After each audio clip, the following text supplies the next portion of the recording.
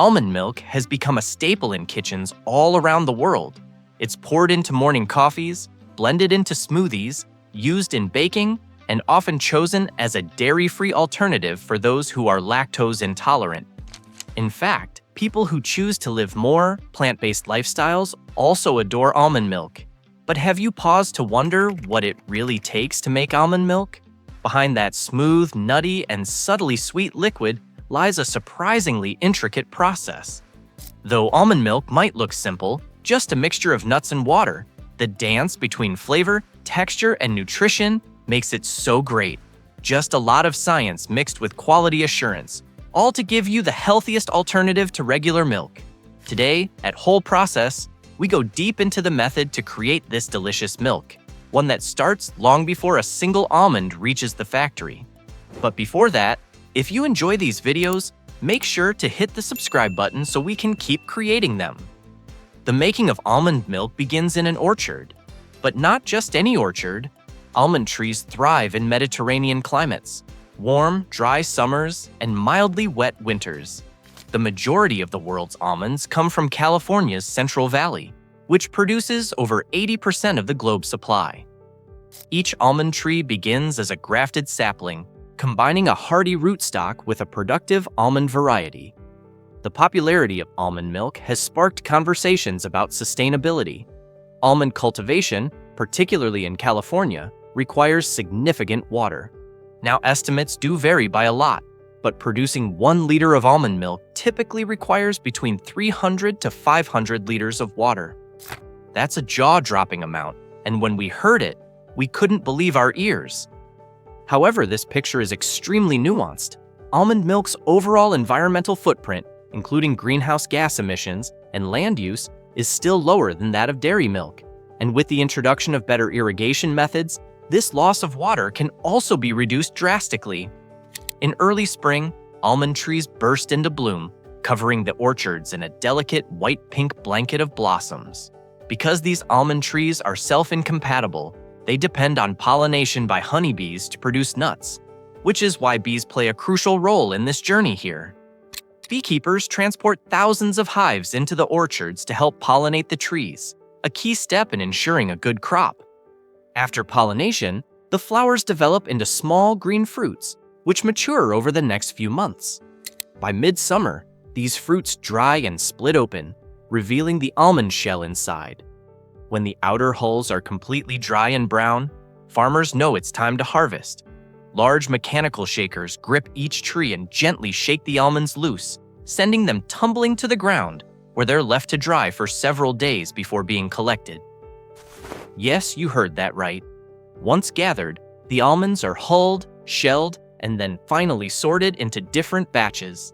An inspection is carried out throughout this, which ensures that only the highest quality almonds move on to the next stage, milk production. The almonds get loaded into trucks and sent off to their respective processing facility.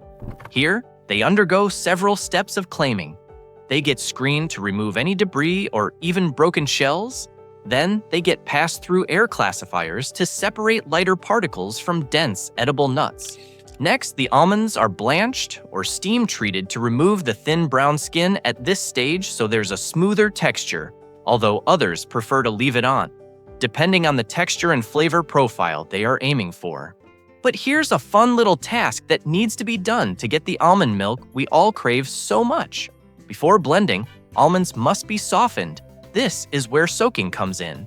The nuts are submerged in filtered water, typically for 8 to 12 hours.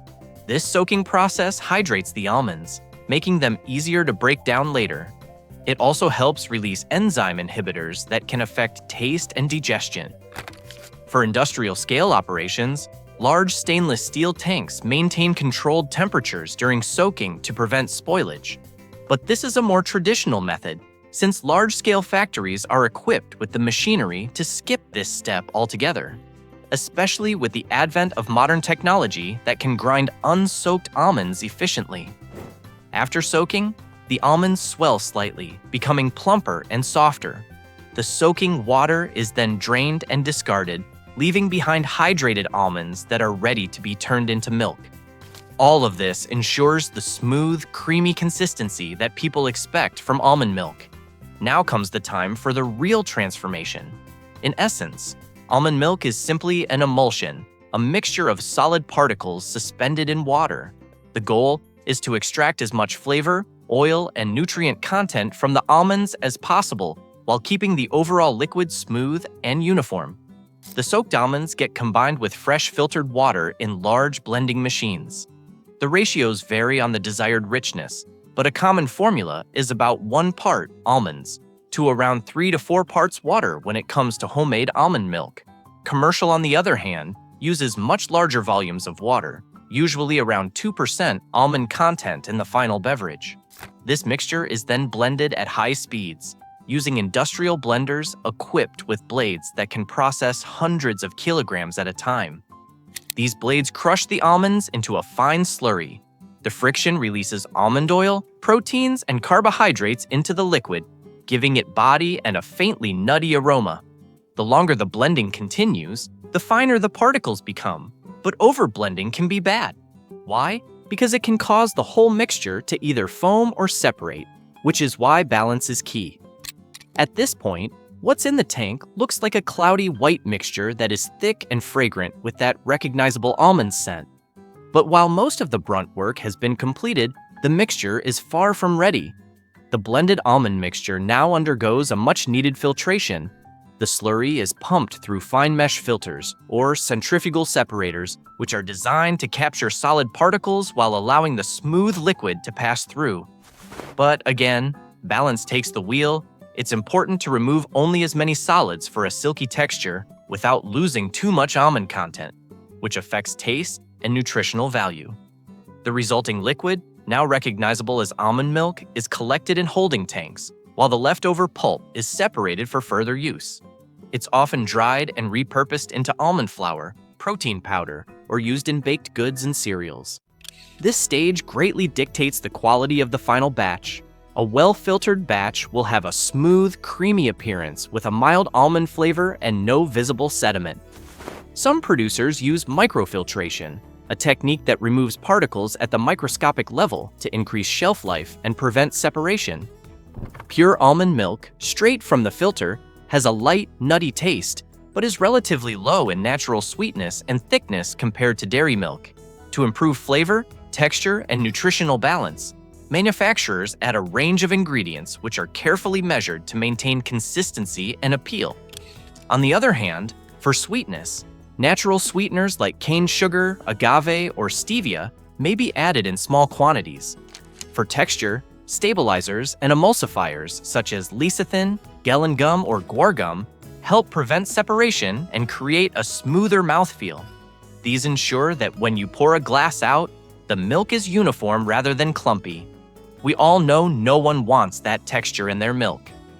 Fortification is another step. Since almonds alone are low in calcium and vitamin D, most commercial milks are enriched with nutrients found in dairy.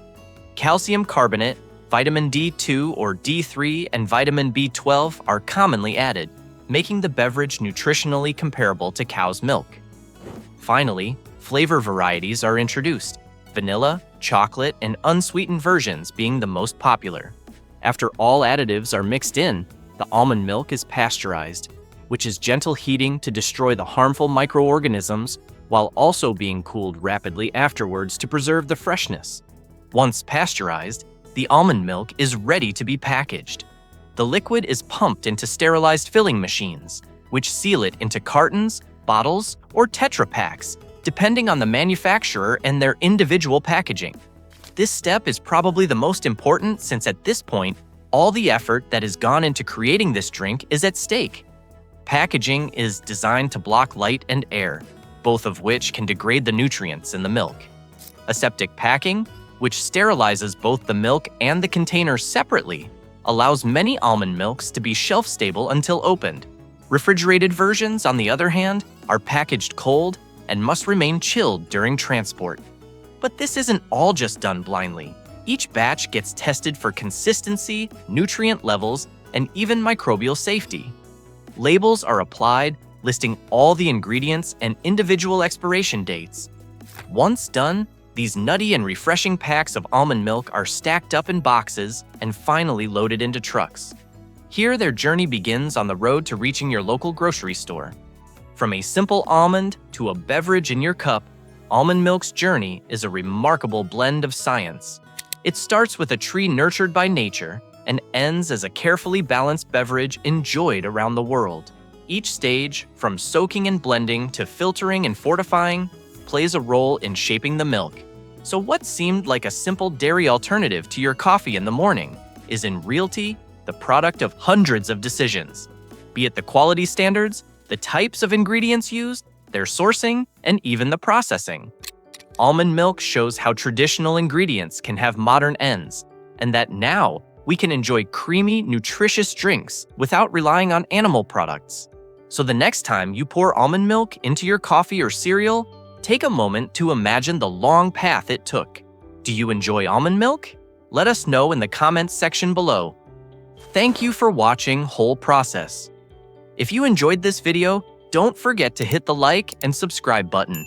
And as always, see you in the next one.